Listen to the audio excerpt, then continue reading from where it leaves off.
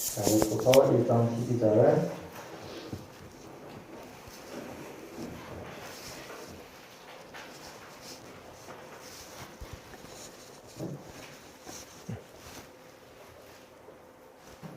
한 번 더 넘기세요. 오늘 한 자리라서 다 같이 읽도록 하겠습니다. 시작. 시험을 참는 자는 복이 있나니 이는 시련을 견뎌낸 자가 주께서 자기를 사랑하는 자들에게 약속하신 생명의 면류관을 얻을 것이기 때문이라. 아멘. 포기의 순간을 넘기고 인내하자라는 말씀으로 목사님께서 말씀 전해 주시겠습니다. 할렐루야. 일주일 동안 잘 지내셨나요? 잘 지냈나요? 네, 오늘은 좀 빈자리가 많네. 오늘 본부 포대, 네, 알파, 브라보, 찰리, 골고루 다 왔긴 왔는데 조금씩 인원이 줄은 것 같다. 그죠? 네, 그래요. 쉬고 싶은데 또 불구하고 이렇게 예배 나온 여러분들 환영하고 축복합니다. 오늘 저는 여러분들께 인내라는 주제를 가지고 오늘 말씀을 좀 전하려고 합니다. 제가 요즘 제가 섬기고 있는 일터 선교 사역단체인 직장인 성경공부 선교회, 일명 BBB라고 하는 선교단체의 그 지역 대표 리더분들하고 제가 요즘에 함께 독서하며 이렇게 나누고 있는 책이 있습니다. 전 세계적으로 가장 주목받고 있는 교회 중에 하나인 미국의 윌로우 크릭 교회의 담임 목사님이신 빌 하이벨스 목사님이 쓰신 책 중에 아무도 보는 이 없을 때 당신은 누구인가? 라는 책이 있어요. 책 제목이 굉장히 도전적이죠. 아무도 보는 이 없을 때 당신은 누구인가? 이렇게 사람들이 보는 데서만 이렇게 믿는 사람인 척 하는 게 아니라 아무도 보는 사람 없을 때 그때가 진짜 모습이라는 거죠. 이 책의 부제는 성숙한 인격의 8가지 자질을 소개하면서 그 8가지 자질, 성숙한 인격의 8가지 자질에 대해서 하나씩 그 주제를 다뤄가고 있습니다. 이 책에 보면 그 성숙한 인격의 8가지 자질로서 용기, 자기 통제력, 비전, 인내, 온유한 사랑, 엄한 사랑, 희생적인 사랑, 파격적인 사랑, 이렇게 8가지를 들고 있는데 하나하나 굉장히 좀 주옥 같은 내용이라고 할 수 있습니다.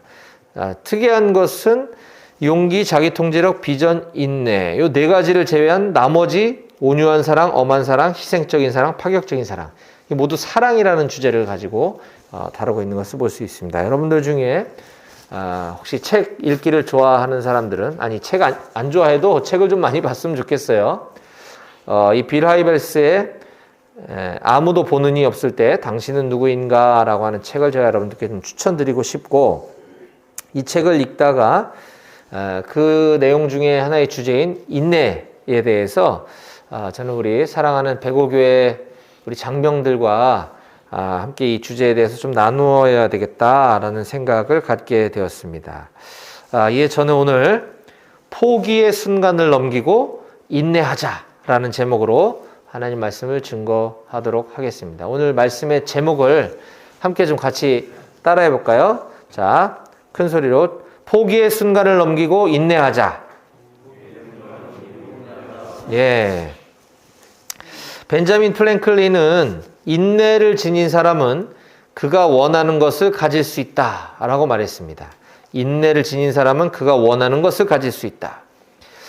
100세를 산 사람이 어떤 사람이 있었는데 그분이 장수한 비결에 대해서 묻는 그 기자와의 인터뷰에서 나는 절대로 담배를 피우지 않았고 나는 절대로 과식도 하지 않았습니다.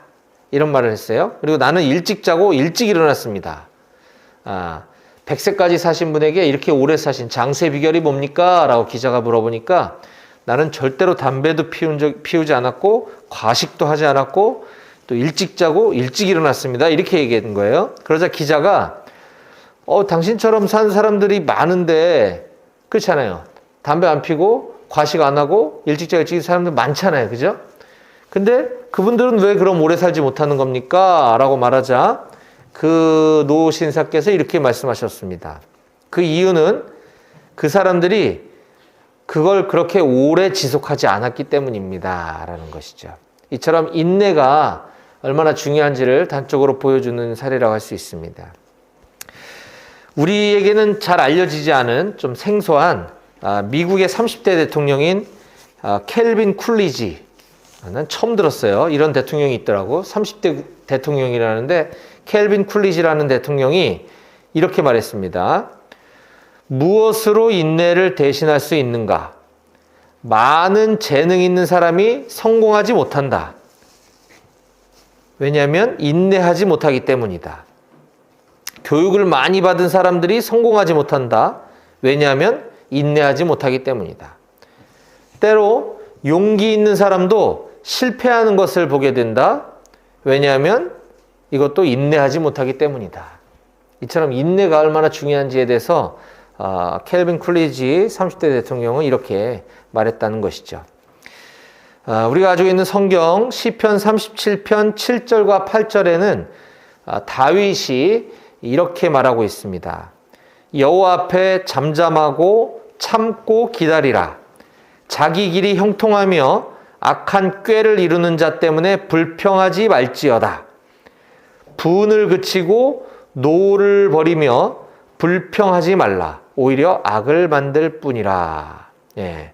분, 화를 멈추고 이것도 화죠. 노를 버리고 불평하지 말아라. 어떻게 하면 그렇게 할 수 있겠어요? 인내하라는 얘기죠. 여호와 앞에 잠잠하고 참고 기다려라. 이처럼 성경은 인내에 대해서 강조하는 곳이 상당히 많습니다. 그리고 인내하지 못했기 때문에 실패한 사람들의 많은 사례들이 또 성경에 기록되어 있기도 합니다. 뿐만 아니라 여기 있는 우리 백오교회 우리 장병들, 우리 청년들 지금 한창 혈기왕성할 때에 나라의 부름 받아서 어쩔 수 없이 1년 반이라는 세월을 이 군에서 보내야 하는 이때에도 저는 여러분들에게 가장 필요한 덕목 중에 하나가 무엇일까라고 하면 단연코 이 인내가 아닐까 하는 생각이 듭니다. 제가 이 예배 끝나면 저기 강포리 임마누엘 교회 3, 4단 방공중대가 있는 곳에 가서 또 예배를 인도하는 거 아마 여러분들께 제가 몇 번 얘기를 했을 거예요. 그곳에는 그 주둔지 안에는 5군단 군기교육대가 있습니다. 오늘도 제가 이제 예배 끝나고 거기 가서 예배 드릴 때 인원 체크를 해봤더니 군기교육대 입소한 우리 교육생들의 6명이 예배를 참석한다고 하더라고요. 매주마다 이렇게 오는데 혹시 여기 있는 우리 형제들 중에도 군기교육대 갔다 온 사람 있나요 혹시? 있어요? 네. 없죠? 손 든 건가? 아니면 그냥 가려운 건가? 가려운 거야? 다행이다. 난 또 갔다 왔을까봐. 예. 안 가는 게 좋아요. 그죠? 맞죠? 예, 군기육대 가지 마요. 예. 거기 오는 용사들이 왜 오겠어요? 못 참아서 그런 거 아니겠습니까? 그쵸?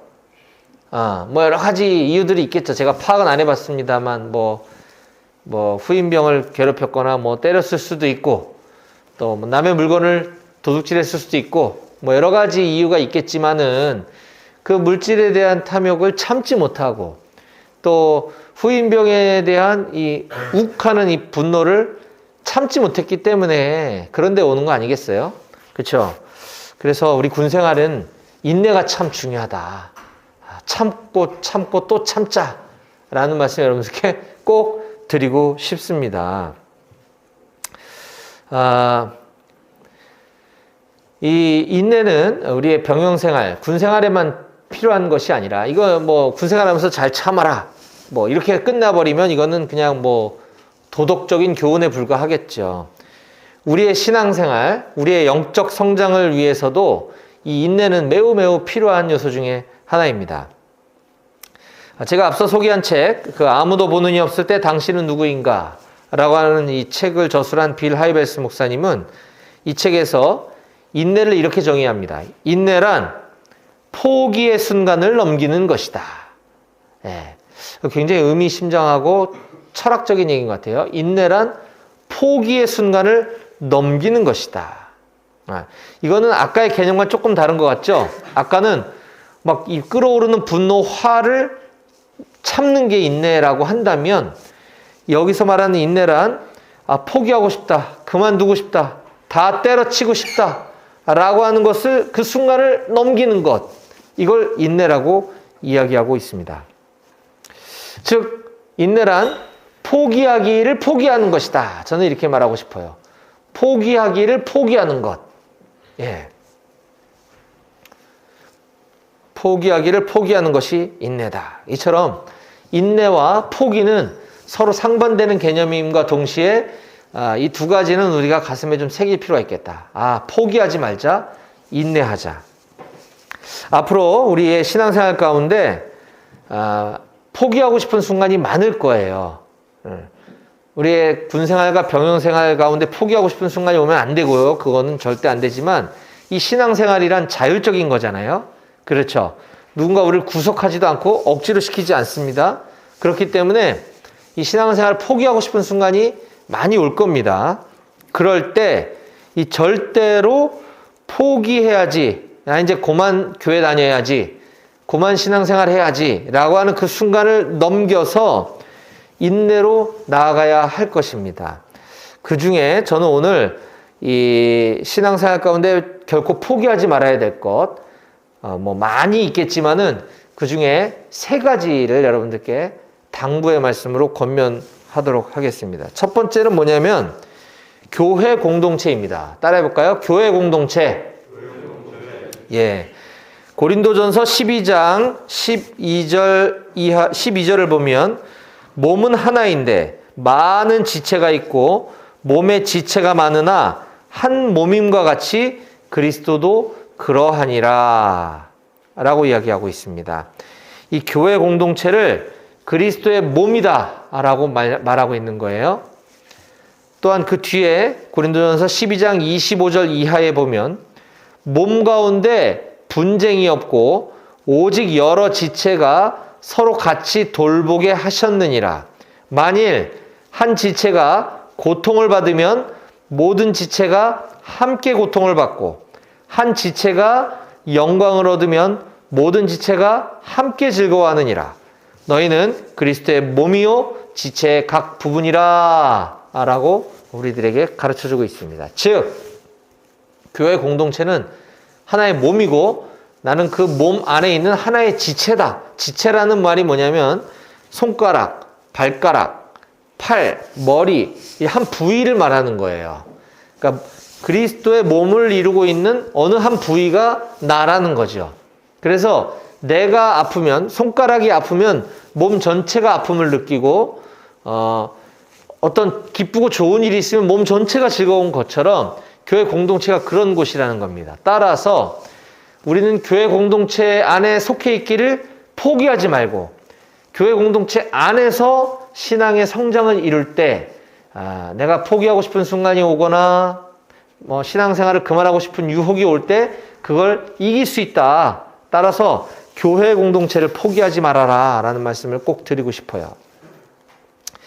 교회 공동체란 그저 단순히 이렇게 예배 나왔다 하는 것이 아니라 여러분들이 속해 있는 교회 안에서 소속감을 가지고 한 가족을 이루라는 것입니다. 자, 우리 배고교회를 예를 든다면 오늘도 보니까 평상시보다 한 3분의 1이 잘 안 보이는 것 같죠? 그러면 우리 항상 같이 함께 드리던 우리 전우가 어디 갔나? 외출에 막 휴가 갔으면 어쩔 수 없지만 나 오늘 피곤해서 안 갈래. 이게 지금 신앙생활을 포기하고 싶은 유혹이 오는 거잖아요. 그럴 때 같이 가자. 무슨 소리야. 이렇게 해주는 게 가족 공동체라는 것입니다. 기쁨과 슬픔을 함께하는 공동체. 교회만한 곳이 없고요. 그러므로 우리는 건강한 교회 공동체 안에 소속되어 신앙생활을 지속해야만 합니다. 소위 요즘 어느 때인가부터 가나안 성도라는 말이 유행을 하고 있어요. 가나안 성도. 이게 뭐냐면 안나가를 거꾸로 얘기한 거거든요. 가나안은 성경에 나오는 지명 이름인데 거꾸로 얘기하면 가나안, 안나가잖아요. 그러니까 나 교회 안 나가. 아, 교회 갔더니 뭐 자꾸 헌금 얘기만 하고 뭐 목사님들 자꾸 뭐 이렇게 나쁜 짓 한다고 뉴스에 나오고, 아, 교회 싫어. 나 싫어. 하나님 뭐 예수님을 믿고 싶은데 나 교회 안 가고 그냥 신앙생활 할 테야. 안나가 가나안 성도거든요. 이건 잘못된 표현입니다. 교회에 나가지 않고 신앙생활을 한다는 건 있을 수가 없어요. 그러므로 교회에 안 나가는 성도란 없는 것입니다. 교회는 원래 다양한 죄인들이 모여 있는 곳이에요. 우리가 그랬잖아요. 인간은 태어나면서부터 본질상 죄성을 가지고 태어난다고 그랬죠. 인간은 누구나 다 죄인입니다. 그 죄의 종류만 다르고 죄의 정도만 다를 뿐 죄가 없는 인간이란 하나도 없어요. 그래서 우리의 죄 때문에 예수님이 십자가에 죽으신 거거든요. 우리의 죄값을 대신 지불하기 위해서. 따라서 여기 있는 저도 큰 죄인이고 여기 있는 우리 각 사람들도 모두 다 죄인입니다. 그렇기 때문에 죄인들이 모여있는 곳에 얼마나 많은 꼴 보기 싫음도 있을 수 있겠고 짜증나는 일도 있을 수 있잖아요. 그렇죠? 그것 때문에 우리가 신앙생활을 포기해서는 절대로 안 되겠다라는 거죠. 그래서 여러분들이 앞으로 저녁 이후에 사회에 나가서도 마찬가지예요. 내가 교회를 심사숙고해서 잘 건강한 교회를 골라서 다녀야겠지만 그렇게 고르고 또 심사숙고하고 등록된 교회에서도 보기 싫은 일들, 짜증나고 나를 화가 나게 하고 실망시키는 일들이 생길 수 있어요. 반드시. 그렇다 하더라도 교회 공동체 안에서 인내하며 신앙을 포기하지 말고 그곳에 소속해서 신앙생활을 꼭 하시기를 권면드리겠습니다. 두 번째는 우리가 절대 포기하지 말아야 될 것, 두 번째는 예배 참여입니다. 함께 따라해 볼까요? 예배 참여. 예. 우리가 지난주와 지지난주에 나눴던 말씀인데 요한복음 4장 22절, 23절, 24절에 보면 너희는 알지 못하는 것을 예배하고 우리는 아는 것을 예배하노니 이는 구원이 유대인에게서 남이라. 아버지께 참되게 예배하는 자들은 영과 진리로 예배할 때가 오라니 곧 이때라. 아버지께서는 자기에게 이렇게 예배하는 자들을 찾으시느니라. 아버지께서는 자기에게 이렇게 예배하는 자들을 찾으시느니라. 하나님은 영이시니 예배하는 자가 영과 진리로 예배할지니라. 아멘. 우린 지난주에 제가 참된 예배자가 됩시다라는 제목으로 참된 예배, 참된 예배자에 대해서 말씀을 나눴습니다. 하나님께서는 이와 같이 자기에게 이렇게 예배하는 자들을 찾고 계신다라고 말씀하고 계세요. 원래 하나님이 우리 인간들을 만드신 목적은 바로 하나님을 예배하기 위해서 우리를 창조하신 거예요. 우리가 이 땅에 왜 태어났나? 하나님을 예배하는 거죠. 우리 인간의 존재 목적은 하나님 예배하는 것입니다. 이사야서 43장 21절에 이 백성은 내가 나를 위하여 지었나니 나를 찬송하게 하려 함이니라 라고 하나님께서 우리를 만드신 목적을 명확하게 기술해 주고 계세요. 이 백성, 인간들은 내가 나를 위해 지었다. 하나님을 위해 지으셨다는 거예요. 왜? 나를 찬송하게 하려고. 따라서 우리는 이 예배 드리는 것, 이 예배 참여하는 것을 결코 포기하지 말아야 됩니다. 뭐 하다가 좀 바쁘거나 일이 늦게 끝나거나 갑자기 배가 아플 수도 있어요. 그럼에도 불구하고 우리 지금 내려온 우리 형제처럼 예배 참여하기를 포기하지 않는 거 너무너무 귀한 모습인 거죠. 잘 왔어요. 타이밍도 기가 막히게 맞춰서 내려왔어요. 할렐루야. 감사합니다. 이런 거예요, 바로.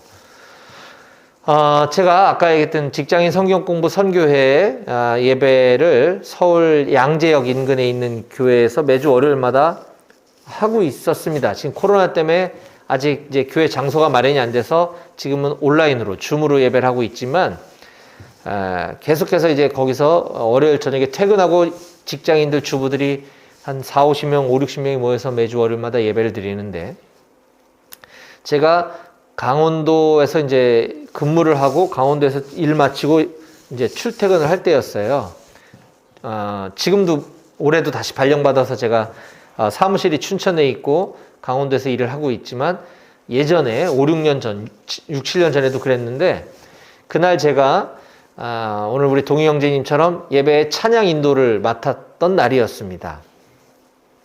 시간에 늦지 않게 7시 반까지 가서 예배를 인도해야 되는데 찬양을 인도해야 되는데 그날 눈이 펑펑 쏟아졌어요. 폭설이 내린 거예요. 그래서 어떡하냐. 나 늦으면 안 되는데 하나님께 간절히 기도했습니다. 하나님, 저 늦지 않게 갈 수 있게 도와주세요. 저 하나님 예배해야 됩니다. 제가 예배를 인도해야 되잖아요. 제가 늦으면 어떡합니까? 저 늦지 않게 도와주세요. 간절히 기도하면서 운전하고 달려갔어요. 춘천에서 서울 양재까지는 안 막히면 2시간 반 걸립니다. 지금 폭설이 왔단 말이죠. 근데 시간은 거의 비슷하게 출발을 한 거예요. 2시간 반 앞두고. 근데 정말 거짓말처럼 차가 하나도 없어, 고속도로에. 뻥 뚫려가지고 눈도 안 와, 심지어. 그래서 제가 지금까지 춘천에서 양재를 왔다 갔다 한 그 세월 동안 그날이 가장 차가 안 막히고 가장 빨리 간 날이었었어요. 근데 더 놀라운 것은 제가 출발하고 한 1, 20분, 20, 30분 뒤에 출발한 저희 다른 부서에 있는 차장님이 전화가 왔어요, 저한테. 차장님 어디까지 가셨어요? 그래서 지금 어디 지나고 있는데요? 그랬더니 눈 많이 오지 않나요? 지금 눈 안 오는데요? 차는 안 막혀요. 차도 하나도 없어요. 그랬더니 지금 눈이 펑펑 쏟아지고 있고 고속도로에 차들이 꽉 막혀서 지금 서 있다는 거예요. 움직이지도 못하고. 저하고 불과 1, 20분밖에 차이 안 나는데 뒤에 눈이 엄청 오고 있고 앞에 눈이 엄청 오는 거 보고 제가 출발했다 그랬잖아요. 제 앞뒤로는 지금 눈이 엄청 많이 왔는데 제가 지나는 동안에만 하나님 눈 안 오게 해주신 거예요. 저는 이걸 기도의 힘이라고 믿습니다. 예배를 사모하는 마음, 하나님께 간절히 구하는 마음. 또 다른 사례는 제가 이제 농협중앙회 사나 이제 농협손해보험이라는 회사에서 근무를 하고 있는데 우리 지역에 있는 그 회원농협, 농협은행을 이렇게 담당 구역을 맡아서 이렇게 순회하고 다니면서 농협 직원들에게 손해보험 상품 교육을 시켜주고 마케팅을 지원하는 업무를 하고 있어요. 그러니까 전국에 각자 이제 맡고 있는 섹터들이 있겠죠. 이렇게 저와 같은 업무를 하는 사람들이 한 4, 50명이 있는데 1년에 몇 차례씩 뭐 어떨 때는 수원보, 어떨 때는 대전, 어떨 때는 서울 이런 데 모여서 이제 워크숍을 합니다. 근데 그때 수원보에서 농협수련원에서 1박 2일로 워크숍을 했었어요. 자주 하는 거예요. 근데 일과가 끝나면 인근 식당에서 이제 저녁 식사를 하다가 자연스럽게 술판이 벌어지고 이제 회식 자리가 이렇게 됩니다. 뭐 회식이 무조건 나쁘다는 건 아니에요. 근데 그 자리에서 이제 어느 정도 같이 이렇게 대화도 나누고 같이 이렇게 참여하다가 이제 분위기가 막 오르고 막 할 무렵에 저는 거기 끝까지 있을 필요는 없잖아요. 그래서 저는 그 인근에 있는 교회를 갔습니다. 그래서 제가 알고 있는 이제 크리스찬들, 우리 동료들 불러들여가지고 그 교회로 와라. 그래가지고 거기서 한 서너 명 이렇게 앉아가지고 또, 이쪽에서는 회식을 하고 있고 저희는 교회에서 예배를 수원보까지 가서 워크숍 끝나고 저녁에 우리끼리 예배를 드렸던 적도 있습니다. 제가 1997년도에 육군 소위로 임관해서 경기도 파주에 있는 1사단 GOP에서 소초장을 하고 있을 때 중소위 때 거기는 이제 한 번 올라가면 철책에 한 번 올라가면 1년을 거기서 근무를 해야 돼요. 하루를 24시간을 넷으로 나눠서 아침, 오후, 저녁 전반야, 후반야 이렇게 해서 아침 근무자가 전반야 근무를 쓰고 오후 근무자가 후반야 근무를 쓰면서 이렇게 네 교대를 하면서 잠을 2번에 나눠서 끊어 자는 거죠. 이 생활을 이제 1년 동안 하면서 계속 철책만 지키고 있고 저는 이제 순찰하는 업무인데 그러다 보니 주일날 예배 드리기가 쉽지 않잖아요. 그쵸? 야간에 후반야 근무자가 이제 근무를 쓰고 날이 동틀 무렵이 되면 나머지 근무자들이 투입이 돼서 합동 근무를 이제 씁니다. 그리고 이제 BMNT가 되면 이제 해가 떠오를 무렵에 이제 주간 근무자 최소 인원만 남기고 싹 철수를 하는 거예요. 그래서 씻고 식사를 하고 잠을 자고 오후에 일어나서 이제 교육 훈련이라든가 작업을 해야 되거든요. 그러면 그 오전 시간에는 최소 근무자들 한 서너 초소에만 병력을 남기고 나머지는 다 취침을 해야 되는 시간이에요. 그게 지금 이 시간이잖아요. 예배를 드려야 되는데 교회라고 하는 곳은 후방 CP에 있습니다. 그러니까 철책이 우리 대대가 8개 소초인가 이렇게 있었는데 후방 CP 대대 본부에 있는 곳에 교회가 있는데 우리 소초에서 후방 CP 교회까지 가려면 도보로 걸어서 1시간을 걸어가야 돼요. 그러니까 소초에서는 예배 드리러 후방 CP 간다는 거는 있을 수가 없는 일이야. 불가능해. 왜냐면 1시간 걸어갔다가 1시간 예배 드리고 1시간 걸어오면 잠자야 되는 시간을 다 써버리는 거거든요. 그러면 경계작전이 불가능하죠. 잠을 안 자고 어떻게 근무를 씁니까? 그렇게 열악한 곳이 이제 GOP인데, 그래서 어떻게 했겠어요? 우리 소초 취사장에 모여서 우리 소대원들 중에 믿는 용사들, 물론 이제 피곤하고 하니까, 소대장님 저 다음 주에 가겠습니다. 무슨 소리, 안 돼. 예배 드리러 가자. 그래가지고 제가 흔들어 깨워가지고 취사장으로 데려가서, 그때는 제가 목사도 아니고 뭐 신학 공부할 때도 아니고 아무것도 아니었어요. 그냥 찬양 한두 곡 몇 곡 부르고 같이 성경 한 구절 몇 구절 읽고 그 성경 말씀에서 그냥 같이 기도하는 것. 이것이 우리의 소백한 예배였어요. 헌금도 했죠, 물론. 그 헌금 가지고 황금마차 알아요, 여러분? 황금마차?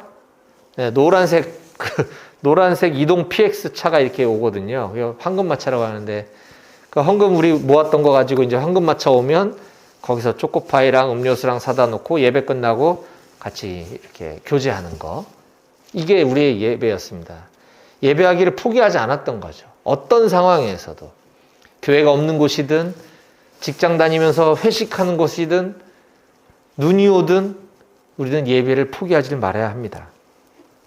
제가 참 많은 사회 경험을 했는데 또 한 번은 청담동에 있는 뷰티샵에서 근무한 적도 있어요. 참 파란만장한 삶을 살았어요. 네. 청담동 뷰티샵.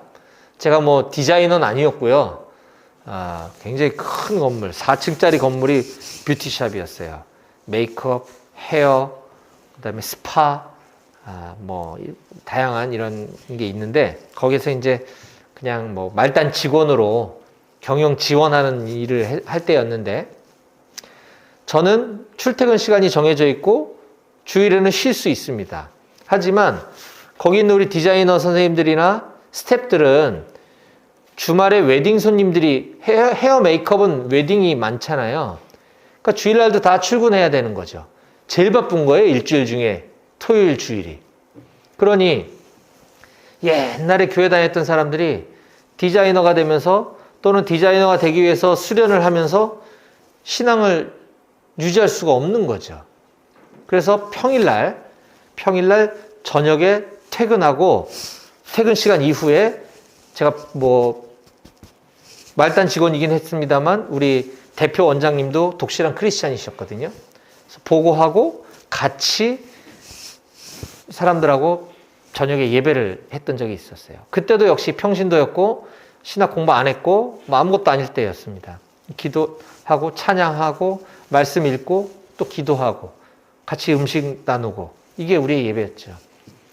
그때 정말 오랜만에 예배 드린다면서 그 예배 감격에 눈물 흘렸던 디자이너 스태프들이 기억이 납니다. 이처럼 우리는 예배하기를 포기하지 말아야 하는데 오늘날 우리의 예배 환경은 너무나 편한 나머지 그런 절박한 예배에 대한 절박한 심정이 조금 약해진 것이 있는 것 같아요. 그래서 제가 여러분들께 꼭 당부의 말씀드리고 싶은 것은 예배의 자리를 사모하는 이 마음을 포기하지 말자. 예배를 포기하고 싶은 마음이 들 때 이 포기를 넘어서서 우리가 반드시 예배의 자리에 참여하는 우리 모두가 되시기를 축복합니다. 자, 마지막 세 번째, 우리가 포기하지 말아야 될 것, 인내로서 우리가 신앙의 성장을 이루어야 될 세 번째는 다 같이 따라해 봅니다. 그리스도 제자의 삶. 예. 아까 첫 번째는 제가 교회 공동체를 포기하지 말아야 된다고 말씀드렸고요. 두 번째는 예배 참여. 세 번째는 그리스도 제자의 삶을 포기하지 말아야 한다는 것입니다. 마태복음 28장 19절과 20절에 그러므로 너희는 가서 모든 민족을 제자로 삼아 아버지와 아들과 성령의 이름으로 세례를 베풀고 내가 너희에게 분부한 모든 것을 가르쳐 지키게 하라.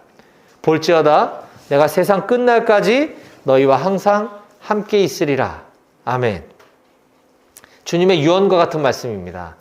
주님이 이 땅에서 우리의 죄를 대신 짊어지고 십자가에 죽으신 다음에 스스로 부활하셔서 다시 살아나셔서 앞으로 나중에 우리도 이 땅에서 육체가 죽었다가 주님 다시 오시는 날 다시 부활하도록 되어 있습니다. 우리도 언젠가는, 언제인지 몰라요. 그 부활의 첫 열매가 스스로 되어주셨어요. 증인 되어주셨어요. 그래서 부활하신 상태로 이 땅에 잠시 머무셨다가 이제 하늘에 하나님 아버지 보좌 우편으로 많은 사람들이 보는 자리에서 승천해서 올라가셨어요. 그러니까 오늘 이렇게 드라마처럼 사라진 게 아니고요. 수많은 사람들이 보는 앞에서 이렇게 슉 올라가셨어요. 구름 타고 예수님이. 그 목격자들이 있는 거예요. 그때 이 말씀을 마지막으로 남기고 승천하신 거거든요. 우리에게 유언처럼 당부하신 말씀은 너희들이 내 제자가 되라. 내 제자의 삶을 살아라는 거예요. 뿐만 아니라 너희를 통해서 다른 그리스도인들, 믿지 않는 사람들을 예수 그리스도의 제자로 만들어 달라라는 당부의 말씀을 하시고 승천하셨습니다. 마지막으로. 따라서 그리스도인이란 단순히 주일날 예배만 드리는 정도 가지고서는 그리스도인이라고 얘기하기 좀 어려워요. 예수 그리스도의 제자라고 얘기하기 좀 곤란합니다. 그리스도인이란 원래 단어의 의미가 그리스도인, 예수 그리스도의 사람들, 예수 그리스도를 닮은 사람, 예수 그리스도를 따르는 사람을 원래 그리스도인이라고 합니다. 따라서 그리스도인이 따로 있고 예수 그리스도의 제자가 따로 있는 게 아니에요. 모든 그리스도인들은 다 예수 그리스도의 제자가 되어야 합니다. 그럼 이 그리스도 제자의 삶이란 뭐냐? 그건 바로 우리가 일요일 날 요 교회 예배당 안에서만 그리스도인인 것이 아니라 삶의 현장에서 늘 매일매일 예수님 생각하고 그분이 어떻게 사셨는지를 기억하면서 그분의 성품을 닮아가려고 하는 것. 이것이 그리스도인이고 예수 그리스도의 제자로서 살아가는 삶인 거죠. 또한 예수님을 모르는 사람이 불쌍하게 여겨져야 되고 그분들을 예수님 믿을 수 있도록 도와주는 것. 처음에는 교회로 데려다가 와서 여기서 예배드릴 수 있도록 도와주겠지만 나중에 여러분들이 말씀이 이제 들어오고 내가 말씀으로 전할 수 있으면 직접 그렇게 또 해야 되는 것입니다. 이것이 그리스도 제자의 삶이고요. 또한 매일매일 예수님의 이름으로 기도하고 또 성경 말씀을 늘 가까이 하며 자주자주 성경을 읽는 사람들이 그리스도인이고 그리스도의 제자의 삶인 것입니다. 왜냐하면 성경은 하나님께서 우리를 너무너무나 사랑하셔서 우리에게 보내주신 편지, 사랑의 편지거든요. 내가 너를 얼마나 사랑했으면 내 하나밖에 없는 독생자 아들을 십자가 사형 틀에 잡아 죽였다. 이걸 기록한 책이 성경이거든요. 러브레터죠. 근데 내가 그분의 러브레터를 보지도 않는데 어떻게 제자를 할 수 있겠습니까? 기도 마찬가지죠. 하나님을 기뻐하고 하나님께 나의 어떤 말씀을 아뢰는 것이 기도인데 그분께 대화도 안 하고 서로 대면하면서 지내는 게 무슨 그리스도인이며 그리스도의 제자냐 하는 것이죠. 그런데 이게 참 이 신앙이라는 것이 내가 때로는 아무리 기도해도 전혀 반응도 없는 것 같고 응답도 없는 것 같아서 때로는 기도하기를 나도 모르게 포기하는 경우가 생길 수 있어요. 또 성경 중요하다고 하도 얘기하면서 한번 내가 읽어보려고 하는데 도무지 어려워서 이거 읽기가 어려워서 포기하는 경우도 있을 수 있어요. 하지만 그럼에도 불구하고 우리가 자꾸 이런 얘기를 듣고 또 서로 함께 힘을 모아 기도하고 예배 자리에 참여하고 말씀 보고 주변 사람들에게 예수님을 전하는 삶을 우리는 절대 포기하지 말아야 할 것입니다. 이것이 바로 그리스도 제자의 삶을 인내하며 살아가는 것입니다. 자, 오늘 세 가지 제가 말씀드렸죠. 그리고 인내란 포기의 순간을 넘기는 것이라고 했습니다. 우리는 제가 지금까지 소개한 몇 가지 것들에 대해서 절대 포기하지 말아야 합니다. 이 신앙의 영적 근력, 근육을 우리는 단련시켜 나가야 돼요. 스포츠 용어 중에 스포츠 생리학, 인체 생리학 또는 스포츠 메디신, 스포츠 의학 용어 중에 이런 말이 있어요. 데드 포인트라고 하는 게 있거든요. 사점이라고 그래요. 사점. 이 심폐지구력을 요하는 운동을 할 때 어느 정도 이 수준에 달하면 이 심장이 터질 것 같고 막 숨이 끊어질 것 같은 고통의 순간을 느끼게 되는 거죠. 여러분들 구보하고 행군할 때 막 숨이 턱까지 차오르는 경험 하게 되죠. 이걸 사점이라고 합니다. 사점. 데드 포인트. 그런데 그 시기를 딱 넘어서고 나면 세컨드 윈드라고 하는 게 와요. 세컨드 윈드. 그 뭐냐면 이 극도로 고통스러운 그 순간, 막 숨이 멈추고 심장이 터질 것 같은 그 순간을 딱 넘었으면 호흡이 편안해지는 상태가 돌아옵니다. 이런 것도 경험해 본 적 있죠? 이걸 세컨드 윈드라고 하거든요. 운동선수들은 바로 이 부분을 트레이닝 하는 거예요. 이 사점을 넘어서기 위해서 이 세컨드 윈드가 빨리 오게 하고 그걸 사점을 데드 포인트를 잘 느끼지 못하도록 트레이닝하고 훈련하는 것이 이 운동 생리학의 기초거든요. 마찬가지입니다. 우리 신앙에서도 이제 더 이상 못할 것 같은 데드 포인트가 올 수 있단 말입니다. 이걸 넘어서 세컨드 윈드가 오려면 우리는 지금과 같은 예배 참여, 그리스도 제자의 삶, 또 교회 공동체를 우리가 포기하지 않음으로써 우리의 신앙의 근력, 영적인 심폐지구력을 단련시켜야 한다라는 것입니다. 자, 오늘 말씀을 마무리하겠습니다. 우리 예수님께서 공생애를 시작하시면서 이제 본격적인 우리의 죄를 짊어지고 이제 십자가에 지시는 거예요. 공생애 사역이라고 하는데 예수님 공생애 사역을 시작하실 때 마귀에게 시험을 당하시는 장면이 성경에 나옵니다. 마귀가 예수님을 세 가지를 시험을 하거든요. 뭐 이걸 얘기하면 길어지니까 마귀가 예수님을 시험한 목적은 딱 한 가지였어요. 예수님이 이 땅에 오신 목적, 십자가에서 달려 죽으시는 것, 공생의 사역을, 구속 사역을 포기하도록 만드는 것이 마귀의 테스트, 시험이었던 것이죠. 그런데 예수님이 이걸 넉넉하게 잘 이겨내셨단 말입니다. 이처럼 우리에게 인내의 본을 보여주신 그 예수님을 본받아 우리도 이 신앙의 생활을 절대 포기하지 말고 끝까지 완주하는 우리 모든 장병들이 다 되실 수 있기를 주님의 이름으로 축원합니다. 아멘. 예, 마지막으로 히브리서 기자가 그 장면, 예수님의 그 인내의 모습을 잘 묘사해 준 히브리서 12장 1절로 3절까지 말씀을 제가 새 번역으로, 좀 쉬운 번역으로 읽어드리고 마치도록 하겠습니다. 잘 들어보세요. 그러므로 이렇게 구름대와 같이 수많은 증인이 우리를 둘러싸고 있으니 우리도 갖가지 무거운 짐과 얽매는 죄를 벗어버리고 우리 앞에 놓인 다름질을 참으면서 달려갑시다. 믿음의 창시자요 완성자이신 예수를 바라봅시다. 그는 자기 앞에 놓여있는 기쁨을 내다보고서 부끄러움을 마음에 두지 않으시고 십자가를 참으셨습니다. 그리하여 그는 하나님의 보좌 오른편에 앉으셨습니다. 자기에 대한 죄인들의 이러한 반항을 참아내신 분을 생각하십시오. 그리하면 여러분은 낙심하여 지치는 일이 없을 것입니다. 아멘. 기도하시겠습니다.